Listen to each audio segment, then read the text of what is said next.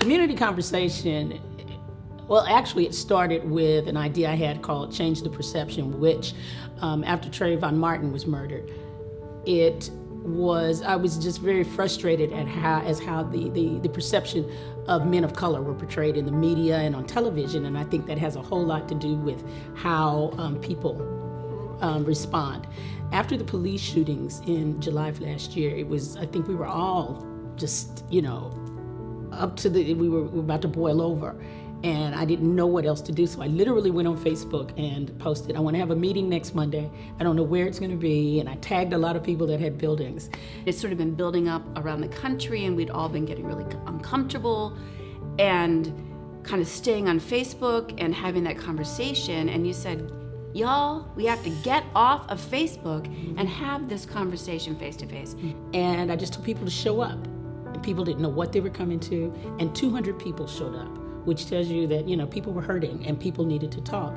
And the rules were, you had to listen. You didn't come with an agenda. Nobody was right, nobody was wrong.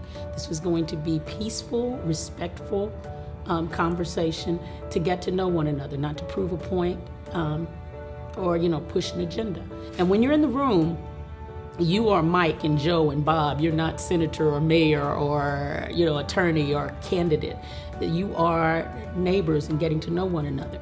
And and everybody is welcome. So as we have continued that, we meet once a month, every fourth Monday at the Dallas Children's Theater. I just feel that you can have as many laws in place as you want, but if you don't change hearts, then nothing changes.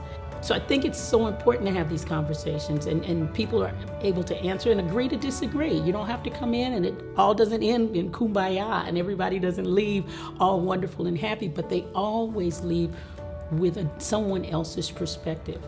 I like to think that we don't learn, it's not that we just learn about each other, but we learn a lot about ourselves. People are changing, and then I've had people call me and say, you know what, I never would have noticed this had I not been part of the conversation, or I never would have stepped in to speak up if I hadn't been part of the conversation, because it does take all of us to speak up for one another. I shouldn't just speak up when I see African Americans being wronged either in society. If I see something happening to anyone that is wrong, I have to speak up. Hopefully, bringing it to Fort Worth will bring a whole new audience and we can start a new conversation here in Fort Worth, as many places as we need to.